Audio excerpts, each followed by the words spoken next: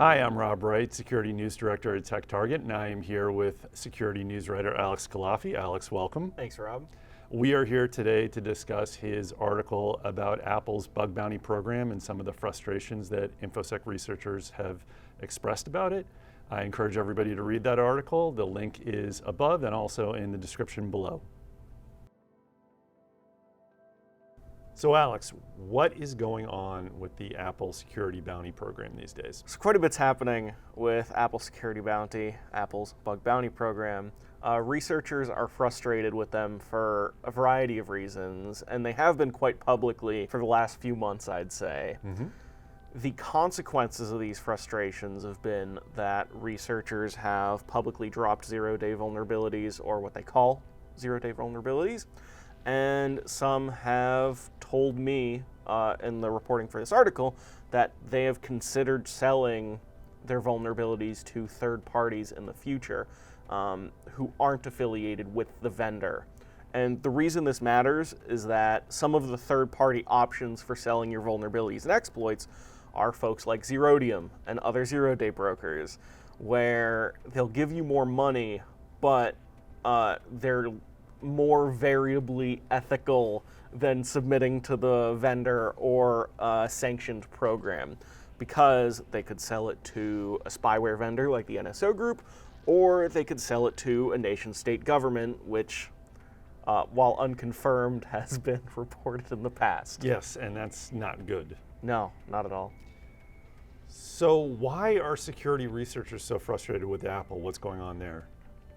The main reason is communication.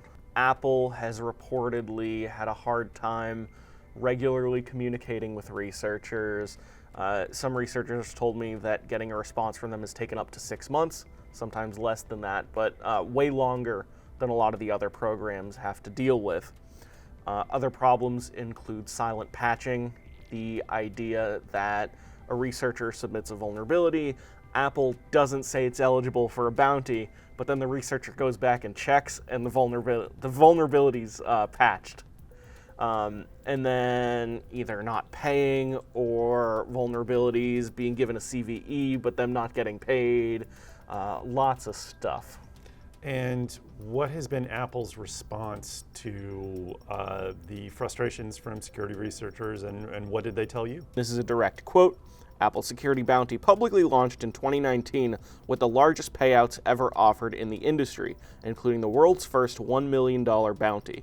Since then, Apple Security Bounty has grown the total rewards paid to researchers far faster than any other program in the industry's history. And I asked them to clarify what metrics they used to figure that out, Sure, et cetera, but we haven't heard back yet in the last 3 weeks. The other part of the quote is, "We've already paid out millions of dollars this year and issued nearly double the number of researcher rewards compared to all of 2020, all while leading the industry in average payouts.